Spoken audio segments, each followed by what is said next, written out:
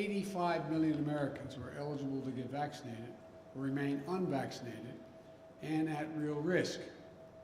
Across the country, virtually all of the COVID-19 hospitalizations and deaths continue to be among the unvaccinated. In Alabama, more than 90% of the current hospitalizations are among the unvaccinated. In Texas, 95% of those in hospitals are unvaccinated. Right now, it's worse in states where overall vaccination rates are low. But let me be clear, even in states where the vaccination rate is high, the unvaccinated in those states are also at risk. And we're seeing cases rise as a result. Quite frankly, it's a tragedy. There are people who are dying and who will die who didn't have to. So please, if you haven't gotten vaccinated, do it now. Do it now. It could save your life, and it could save the lives of those you love. You know, and the good news is that more people are getting vaccinated. Overall, weekly new vaccinations are up more than 80% from where they were a month ago. While it can take up to 6 weeks to get fully protected after your first shot, this increased level of vaccination is going to provide results in the weeks ahead. Just remember, we have two key ways of protecting ourselves against COVID-19. One, safe, free, and effective vaccines. And two, masks. Vaccines are the best defense, but masks are extremely helpful as well. And for those who aren't eligible for the vaccine yet, children under the age of 12, masks are the best available protection for them and the adults around them. That's why we need to make sure children are wearing masks in school. Before I talk about the news related to vaccines, let me say a few words about masks and our children. Unfortunately, as we've seen throughout this pandemic, some politicians are trying to turn public safety measures, that is children wearing masks in school, into political disputes for their own political gain. Some are even trying to take power away from local educators by banning masks in school. They're setting a dangerous tone. For example, last week at a school board meeting in Tennessee, protesters threatened doctors and nurses who were testifying making the case for masking children in schools. The intimidation and the threats we're seeing across the country are wrong. They're unacceptable. I've said before, this isn't about politics. It's about keeping our children safe. It's about taking on the virus together, united. I've made it clear that I'll stand with those who are trying to do the right thing. Last week, I called school superintendents in Florida and Arizona to thank them for doing the right thing and requiring masks in their schools. One of them said, "We teach science, so we follow the science."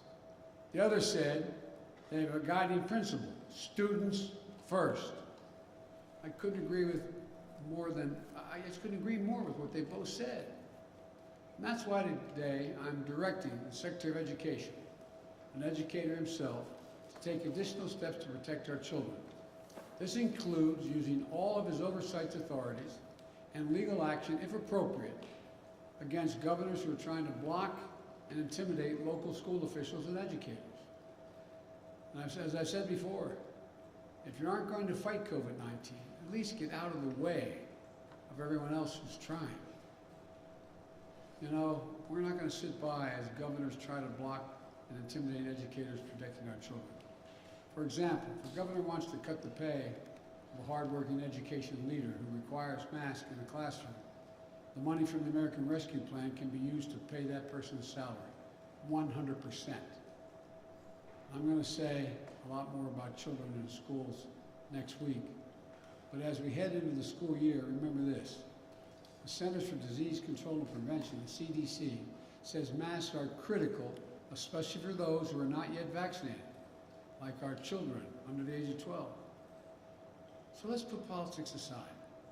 Let's follow the educators and the scientists who know a lot more about how to teach our children and keep them safe than any politician.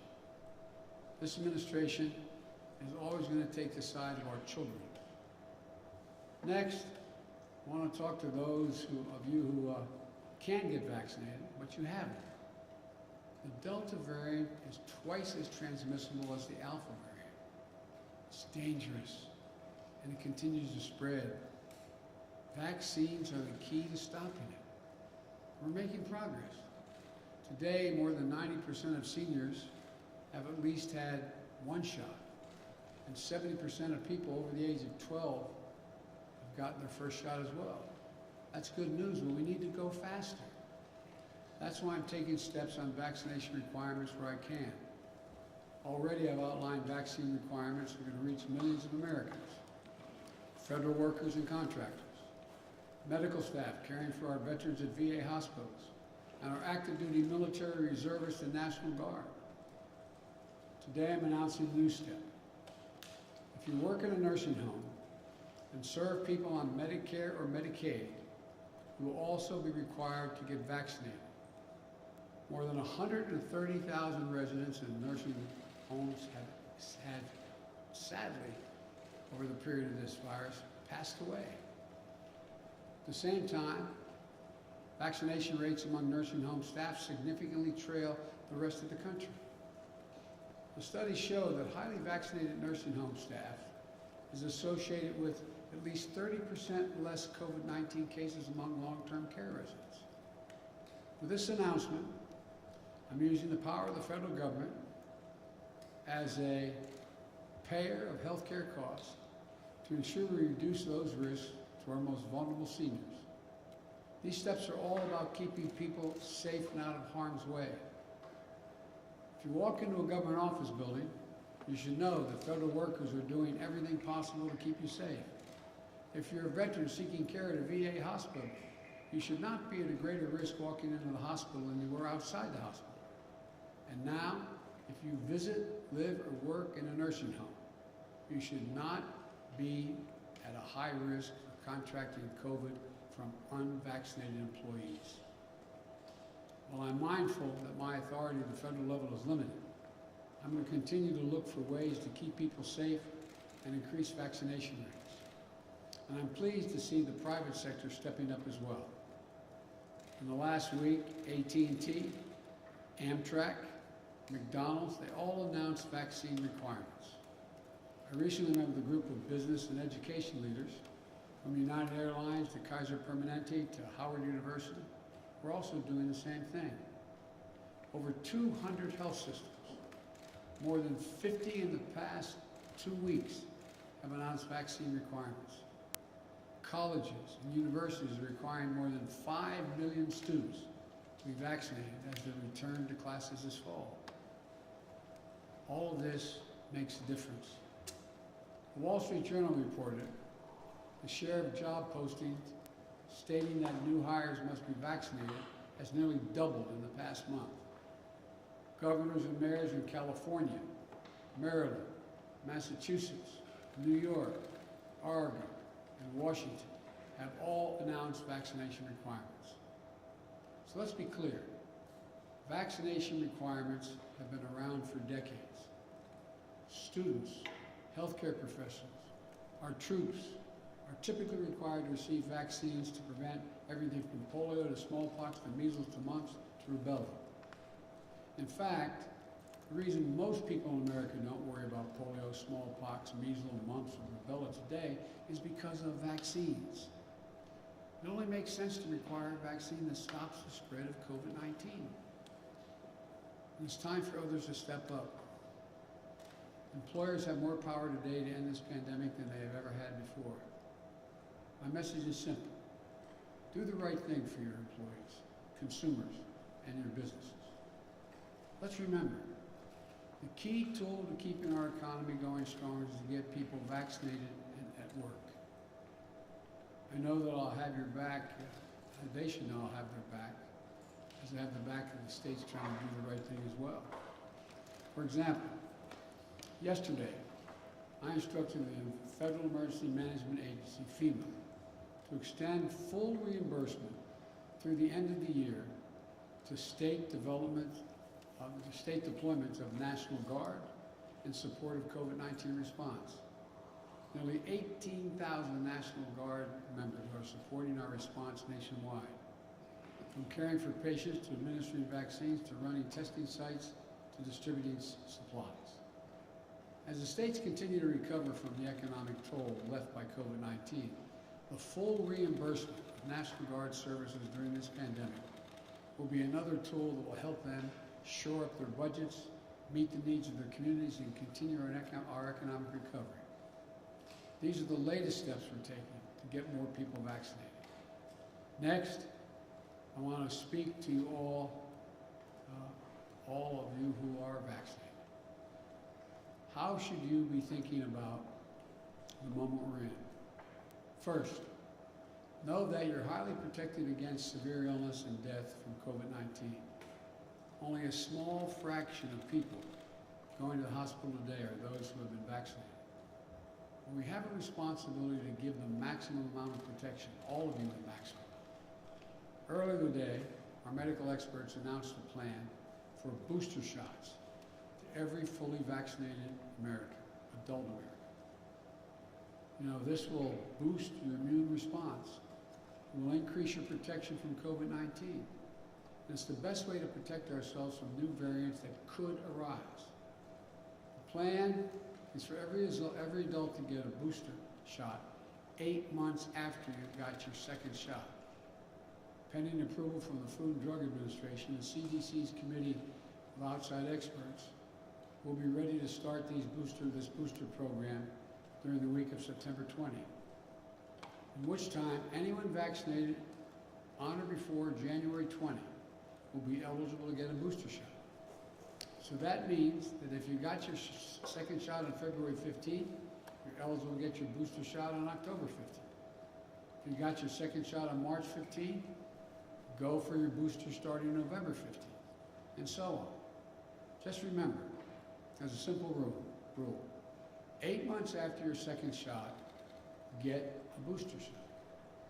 These booster shots are free. We'll be able to get the booster shots in any one of approximately 80,000 vaccination locations nationwide. It will be easy. Just show your vaccination card and you'll get a booster. No other ID, no insurance, no state residency requirement.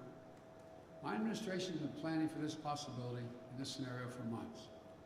We purchased enough vaccine and vaccine supplies so that when your 8-month mark comes up, you'll be ready to get your vaccination free, a booster shot free, and we have it available. It will make you safer and for longer, and it will help us end the pandemic faster.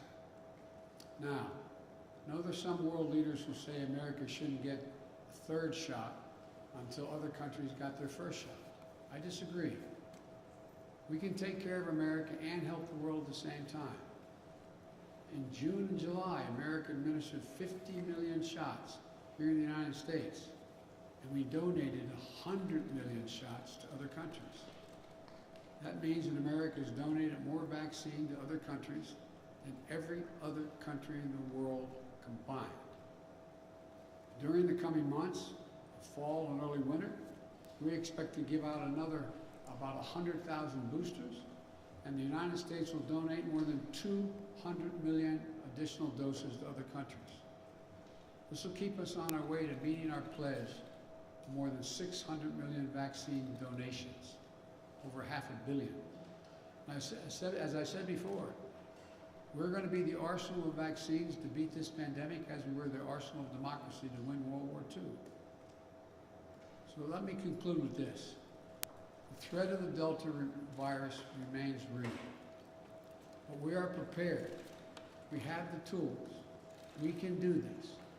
To all those of you who are unvaccinated, please get vaccinated for yourself and for your loved ones, your neighborhood, for your community.